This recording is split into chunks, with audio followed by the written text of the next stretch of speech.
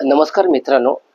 आजचा विषय आहे की आपण बघतो की संत आहेत ते कुठल्या शाळेत गेलेले नव्हते का त्यांना कोणी अभ्यास शिकवला नाही. त्यांना लिहायचं कसं ते कोणी शिकवलेलं नसतं, वाचायचं कोणी शिकवलेलं नसतं. तरी सुद्धा त्यांनी एवढे मोठे मोठे ग्रंथ कसे लिहिले. जसं संत आपले संत तुकाराम महाराज आहेत, त्यांनी तुकाराम गाथा लिहिली, अभंग लिहिले अनेक.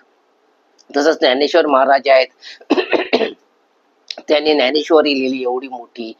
ते कसं लिहिलं, ते काय कुठल्या शाळेत गेले नव्हते, त्यांना लिहायचं त्यांना माहिती नव्हतं, कोणी त्यांना शिकवणारं नव्हतं, तरी त्यांनी ती लिहिली. ते ज्ञान कुठून आलं त्यांच्यामध्ये. आणि परत रामदास स्वामी सुद्धा ज्यांनी मनाचे श्लोक लिहिले, दासबोध लिहिला वगैरे अनेक जे संत आहेत त्यांनी अशी पुस्तकं लिहिलेली आहेत, ग्रंथ लिहिलेले आहेत. ते कसे लिहिले त्या काळात तर 400-500 वर्षापूर्वी तर शाळा नव्हती, कोण शिकवणारं नव्हतं. लोक मुख्यतः लोकांचा विषय हा शेती असायचा त्या काळात. आणि हे संत हे सामान्य माणसांसारखेच होते. ते काही कुठल्या राजे लोकांच्या राजवाड्यात जन्माला आले नव्हते, सामान्य लोकांसारखे ते होते.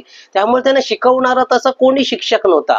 तरी त्यांनी एवढे ग्रंथ कसे लिहिले, त्यांना एवढं जगाचं ज्ञान कुठून आलं, ज्ञाना कसं माहित पडलं का लोकांचे हे प्रॉब्लेम्स आहेत, लोकांना अशा प्रकारची संकट येतात, त्यांनी सुखी राहण्यासाठी काय केलं पाहिजे. आणि ती जेव्हा आपण ते सांगतात तसं करायला लागलो तर आपल्याला त्याचा अनुभव येतो की खरोखर आपण ते सांगतात तसं केलं तर आपल्याला सुख मिळतं, शांती मिळते, समाधान मिळतं आणि आपण आनंदी राहू शकतो. मग हे सगळं त्यांना कसं कळत होतं. तर हा प्रश्न मला अनेक वर्ष होता सुद्धा. तर एक दिवस मी एक पुस्तक वाचत होतो, त्याच्यामध्ये मला याचं उत्तर मिळालं. त्या पुस्तकाचं नाव होतं हिमालयन योगी म्हणून. ते एक संत होते, म्हणजे अगोदर ते एक लहान, मी जर 17-18 वर्षाचा तो मुलगा होता. त्यांना ते आवड खूप होती आपल्या धर्माबद्दल जाणून घ्यायची. म्हणून ते कॉलेजला, म्हणजे हल्लीच्या काळातलंच आहेत आणि ते अजून जिवंत आहेत, त्यांनी ते पुस्तक लिहिलेलं आहे. तर आता त्यांचं वय खूप असेल, 80-85 तरी असेल. तर त्यावेळी जेव्हा ते तरुण होते, म्हणजे 50-60 वर्षापूर्वी, तर त्यांना आपला हिंदू धर्माबद्दल जाणून घ्यायची खूप इच्छा होती. ते मग कॉलेजला न जाता लायब्ररीत जायची आणि त्यांनी फिलॉसॉफीची सगळी पुस्तकं वाचून काढली त्या लायब्ररीला. पूर्ण ते सेक्शनच त्यांनी संपवलं वाचून वाचून. एवढा त्यांनी गाढा अभ्यास केला त्याचा. आणि नंतर काय झालं, ते वाचून वाचून त्यांना मग ते आतून एवढी इच्छा झाली की आपण आता साधना करावी, आपण कुठला तरी गुरु बघावा आणि आपलं जीवन देवाच्या नामस्मरणामध्येच वाहून घ्यावं, देवाची भक्ती करण्यामध्येच वाहून घ्यावं, देवाचं दर्शन व्हावं, यासाठी आपण प्रयत्न करावेत. अशा प्रकारे ते विचार त्यांच्या मनामध्ये सतत येऊ लागले आणि शेवटी 17 का 18व्या वर्षी ते त्यांचं घर सोडून निघून गेले. मग ते फिरत फिरत फिरत त्यांना वाचलं होतं की पुस्तकांमधून जास्त करून जे हिंदू संत असतात, ते संत म्हणजे मी म्हणेन जे योगी साधू असतात, ते लोक हिमालयात राहतात. तर मग त्यांनी ठरवलं असं आपल्याला एक चांगला गुरु मिळणं खूप आवश्यक आहे, कारण गुरुशिवाय तुम्ही ती साधना कुठलीही करू शकत नाही, ते ज्ञान तुम्हाला मिळू शकत नाही. त्या गुरु खूप आवश्यकच असतो. कारण कुठलीही जेव्हा तुम्ही साधना करता तेव्हा अनेक अडथळे त्यामध्ये येत असतात आणि ते पार करणं एवढं सोपं नसतं. त्यासाठी गुरु आवश्यक आहे. जसं आपण शाळेत का जातो, आता आपल्याला एखाद्याने गणित दिलं तर आपण असे सहज सोडू शकणार नाही. तुम्ही सोडू शकाल, पण खूप प्रयत्न करून करून मग काही एका 6 महिने जातील, 8 महिने जातील, तेव्हा ते गणित तुम्हाला सोडवता येईल. पण गुरुकडे गेला तर तुम्हाला तो 2 दिवसात किंवा 8 दिवसात तुम्हाला ते समजेल कसं सोडवायचं आहे. म्हणून गुरु खूप आवश्यक असतो. गुरु विना पण काही संत हे ज्ञान त्यांनी मिळवलेलं आहे, साधना करून त्यांनी मिळवलं आहे, पण तेव्हा त्यांना खूप अडथळे आलेले आहेत. ते मध्ये खूप गोंधळून गेलेले होते त्या काळात, कारण त्यांना कळायचं नाही. कारण जेव्हा तुम्ही साधना करता खूप वर्ष, तेव्हा अनेक प्रकारचे बदल तुमच्या शरीरात, मनामध्ये होत असतात. तेव्हा तुम्हाला ते कळत नाही कसं त्यावेळी आपण तोंड द्यावं त्या प्रश्नांना, त्या अडथळ्यांना, त्या संकटांना. म्हणून गुरु खूप आवश्यक आहे. सगळ्यांनीच गुरुची महती सांगितलेली आहे. कुठल्याही संतांचं तुम्ही वाचाल तर ते पहिले गुरु बद्दलच सांगतात. गुरु खूप आवश्यक आहे, कारण गुरु हा तुम्हाला एक मार्ग दाखवत असतो तुमच्या इच्छित स्थळी जाण्यासाठी. तुम्हाला जे हवं ते सहज कसं मिळवता येईल यासाठी गुरु आपल्याला मार्ग सांगतो, गुरु आपली मदत करतो. म्हणून गुरु खूप आवश्यक असतो. म्हणून आज शाळा निघाल्या त्या का, त्याचं कारण तेच आहे. ते आपल्याला शिकवतात, त्याच्यातून आपण ज्ञान घेतो आणि लवकरात लवकर आपण मग आपला उदरनिर्वाहासाठी कामधंदे करतो आणि आपली बुद्धी ही आपल्याला मदत करत असते जे आपण काम करतो त्याला. तर अशा प्रकारे गुरुची खूप आवश्यकता असते. तर ते जे संत होते ते त्यावेळेस ते 17-18 वर्षाचा एक मुलगा होता, तरुण. मग ते त्यांना ते साधना करायची होती, देवाचं दर्शन त्यांना हवं होतं, म्हणून ते ऋषिकेशमध्ये हिमालयात गेले. मग तेव्हा त्यांना एक एक गुरु मिळाले तिथे. पण ते गुरुनी मग त्यांना शिकवलं का क्रियायोग हा त्यांना ही साधनेचा प्रकार त्यांनी शिकवला. आणि ते मग 4 वर्ष त्या गुरूंबरोबर हिमालयात राहिले, त्यांच्या त्या एका गुहेमध्ये राहिले आणि ते प्रॅक्टिस सतत करत असायचे त्या साधनेची.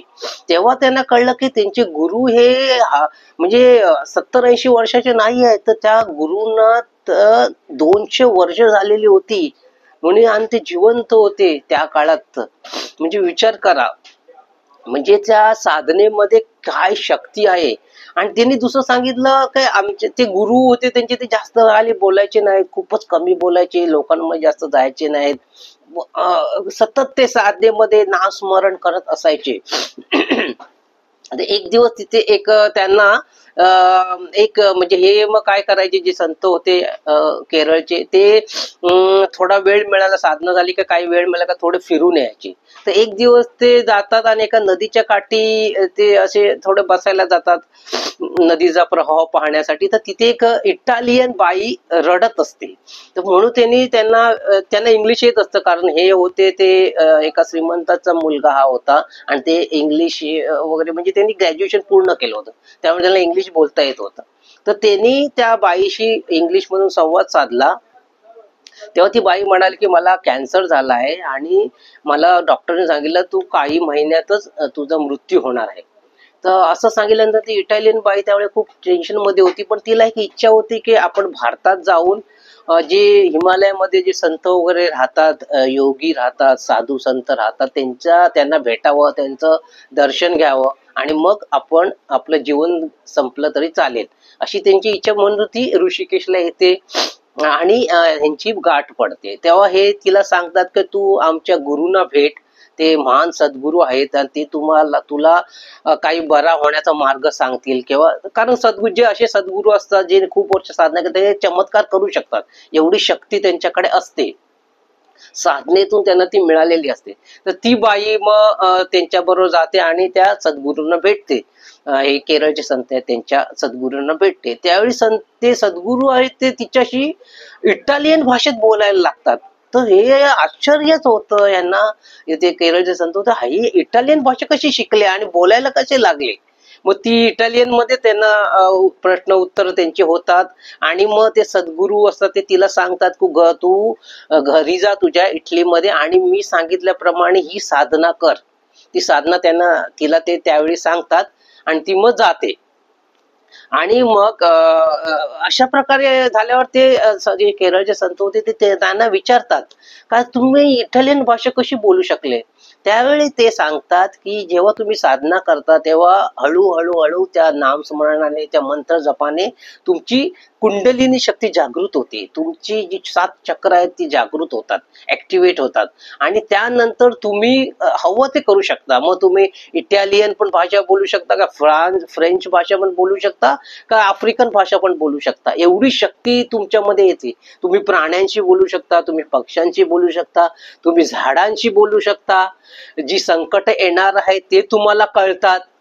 म्हणजे एवढी जी शक्ती तुम्हाला मिळू शकते. पण त्यासाठी प्रदीर्घ तपश्चर्या करावी लागते, साधना, कठोर साधना करावी लागते, नंतर तुमच्यामध्ये ती शक्ती येते. आणि तेव्हा मला उत्तर मिळालं की आपले जे संत तुकाराम महाराज होते किंवा ज्ञानेश्वर महाराज होते किंवा रामदास स्वामी होते, ह्यांनी ग्रंथ कसे लिहिले आणि ते ज्ञान त्यांना कसं मिळालं. ते सगळं ज्ञान त्यांना युनिव्हर्स मधून, परमेश्वराकडूनच ते त्यांना मिळालेलं आहे. जसं आपण एखादा डाउनलोड करतो एखादा व्हिडिओ आणि ते सगळं व्हिडिओ आपल्या मोबाईल मध्ये येतो आणि जे आपण ऐकू शकतो, तसंच ते परमेश्वराकडूनच त्यांना ते ज्ञान येतं. त्या कुंडलिनी शक्ती जेव्हा जागृत होते, ती चक्र जागृत होतात, त्या प्रदीर्घ तपश्चर्येनंतर तेव्हा मग तुम्हाला जी इच्छा होईल ते तुम्ही करू शकता. आणि त्याप्रमाणे मग संतांनी ग्रंथ लिहिले. ग्रंथ जाडे जाडे ग्रंथ लिहिले. आणि त्यांनी ते ज्ञान, पण ते संतांचं एक असतं, संत हे फक्त स्वतःसाठी काहीच करत नाहीत. ते स्वार्थीपणा त्यांच्यामध्ये अजिबात नसतो. ते जे करतात ते लोकांसाठी करतात. म्हणून मग त्यांनी जे काही लिहिलं होतं ते ज्ञान लोकांमध्ये वाटायला सुरुवात केली. त्यांनी मग लोक कशी सुखी होतील हा त्यांचा मुख्य हेतू असतो. म्हणून संतांची आपण पूजा का करतो? कारण संत हे फक्त लोकांचा विचार करतात. ते कधीही कुठल्या राजवाड्यात राहायला जात नाहीत. त्यांना गाडी नको असतो का बंगला नको असतो, म्हणून आपण त्यांची पूजा करतो. पण श्रीमंत लोकांकडे सगळं असतं, पण ती स्वार्थी असतात. ते स्वतःचाच विचार करतात, स्वतःच्या फॅमिली मेंबरचाच विचार करतात, स्वतःच्या कुटुंबाचाच विचार करतात. म्हणून आपण त्यांना विचारत नाही किंवा त्यांच्याबद्दल जास्त चांगलं बोलत नाही. पण संत हे एखाद्या झोपडीत राहतील, गरिबीत राहतील, पण ते लोकांचा भलं व्हावं हाच विचार करतात. जसे गौतम बुद्ध सुद्धा 12 वर्ष तपश्चर्या केली जंगलामध्ये, आणि नंतर त्यांना जेव्हा सत्य कळलं, खरं ज्ञान काय आहे, ते शेवटी येऊन लोकांमध्ये त्यांनी वाटप केलं. हे खूप महत्वाचं असतं. संत हे निस्वार्थी असतात, त्यांचा कुठलाही स्वार्थ नसतो. त्यांना फक्त लोक सुखी व्हावीत हाच विचार असतो. आणि त्यांना ज्या सिद्धी प्राप्त होतात त्याच्यातून ते लोकांचं भलंच करतात. आणि जेव्हा त्यांना सिद्धी प्राप्त होतं म्हणजे त्यांची कुंडलिनी जागृत होते. पण ते कोणाला असे सांगत नाहीत काय मला या सिद्धी प्राप्त झाल्या आहेत, आणि असे चमत्कार करून ते कधीच दाखवत नाहीत कोणाला. तेवढी शक्ती त्यांच्यामध्ये असते. बघा तुम्ही, आपले संत आहेत, कधी त्यांनी चमत्कार केलेले नाहीत. त्यांनी लोकांना उपदेश केलेत आणि त्यांनी सांगितलं तुम्ही प्रवचन ऐका, ग्रंथ वाचा आणि स्वतःमध्ये बदल करा. स्वतःमध्ये बदल करणं हे खूप आवश्यक असतं. नुसतं तुम्ही पूजा केली त्याचा काही उपयोग नसतो. लोकांसाठी धडपडणं, लोकांचं भलं व्हावं यासाठी जे असं जे काही करणं, लोक उपयुक्त काम करणं, हे खरं तुम्ही यायला खरी देवाची भक्ती असते. पण हल्ली आपण बघतो लोक फक्त पूजा करतात आणि स्वतःसाठीच मागत राहतात. स्वतःसाठी मागितलं तरी वाईट नाही, पण लोकांचं वाईट होऊ नये आपल्या हातून हे खूप जपलं पाहिजे आपण. यासाठी लोकांना त्रास होईल असं आपण काही केलं नाही पाहिजे. लोकांचं नुकसान होईल असं काही केलं नाही पाहिजे. नाहीतर तुमच्या त्या पूजेला किंवा तुमच्या भक्तीला काही अर्थ नसतो.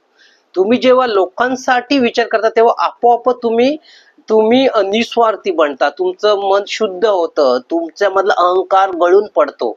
आणि हेच तर पाहिजे. तर तुम्ही बघ कुठलेही संतांचे ग्रंथ वाचा, ते पहिले आपल्याला सांगतात अहंकार गेला पाहिजे, मीपणा गेला पाहिजे. तो मीपणा जाण्यासाठी तपश्चर्या पण आवश्यक आहे. आणि तपश्चर्येबरोबर नामस्मरण आवश्यक आहे. आताच्या काळात आपल्याला तपश्चर्या काय सगळ्यांना जमत नाही, खूप कठीण असते ती.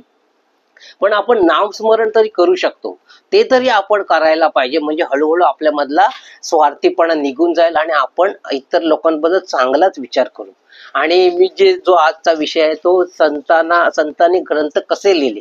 तर संतांनी प्रदीर्घ तपश्चर्येनंतर जेव्हा त्यांनी कठोर साधना केली, त्यानंतर त्यांना सिद्धी प्राप्त झाल्या, त्यांना शक्ती प्राप्त झाली. परमेश्वराने त्यांना जे ज्ञान दिलं त्या ज्ञानाचा वापर करून त्यांनी ग्रंथ लिहिले. तर ते शाळेत कुठे गेले नव्हते का, त्यांना कुठला गुरु येऊन शिकवलं नव्हतं, तरी त्यांनी ग्रंथ लिहिले. कारण जेव्हा तुम्ही साधना करता तेव्हा आपोआप तुमच्यामध्ये एक शक्ती, आणि सगळं मनाची शक्ती असते. ही शक्ती इकडे तिकडे कुठे नसते, ती आपल्यामध्येच असते. ती फक्त जागृत करावी लागते. मनाचं सामर्थ्य वाढवावं लागतं, आणि ते नामस्मरणानेच वाढतं, मंत्र जपाने वाढतं. आणि नुसती सिद्धी पण उपयोगी नाही, सिद्धीचा वापर चांगल्यासाठी करणं आवश्यक आहे. म्हणून संतांनी हे ग्रंथ लिहिण्यावर जास्त भर दिला आणि लोकांना प्रवचन करणे, लोकांसमोर तो ज्ञान देणे, म्हणजे लोकांमध्ये फरक पडेल आणि लोक एकमेकाशी चांगले वागतील, हा त्यांचा हेतू असायचा. तर तर मी सांगतो की या प्रश्नाचं मला उत्तर मिळालं जेव्हा मी ते हिमालयन योगी हे पुस्तक वाचलं. त्यानंतर मला कळायला लागलं की जे संतांना ज्ञान मिळतं ते सगळं परमेश्वराकडून येत असतं, आणि तेच ज्ञान ते आपल्याला देत असतात. म्हणून आपण ते ज्ञान घेतलं पाहिजे, कारण ते प्रत्यक्ष परमेश्वराकडून आलेलं ज्ञान आहे. त्यांनी स्वतः लिहिलं तरी ते मिळलंच परमेश्वराकडून आहे, हे खूप महत्वाचं आहे. आणि हे जर आपल्याला जाणीव होईल तर आपण ते वाचू काय. हल्ली मी ऐकलंय बऱ्याच वेळा लोक नुसते पारायण करतात. नुसते पारायणाला काय अर्थ नसतो. पारायण म्हणजे फडफड फडफड वाचत जातात फक्त. त्या अर्थासकट वाचून त्याचा उपयोग आपल्या जीवनात करणे, ती खरी ती खरी पूजा आहे संतांची किंवा कुठल्याही देवाची. ती खरी भक्ती आहे. जर नुसतं आपण आपल्या स्वार्थासाठी करत असू तर त्याला काही अर्थ नाही. स्वार्थासाठी केलं तर चालेल, पण दुसऱ्यांचं नुकसान होऊ नये हा आपला मुख्य हेतू असला पाहिजे. तरच आपल्या आपण जीवनामध्ये आनंदी राहू शकतो आणि आपलं जीवन यशस्वी सफल होऊ शकतं. तर मित्रांनो, तुम्ही शांतपणे माझं हे बोलणं ऐकून घेतलं याबद्दल मी तुमचा आभारी आहे. तुम्ही माझ्या YouTube चॅनलला सबस्क्राईब केलंय त्याबद्दल मी तुमचा आभारी आहे आणि लाईक केलं याबद्दल मी तुमचा आभारी आहे. धन्यवाद.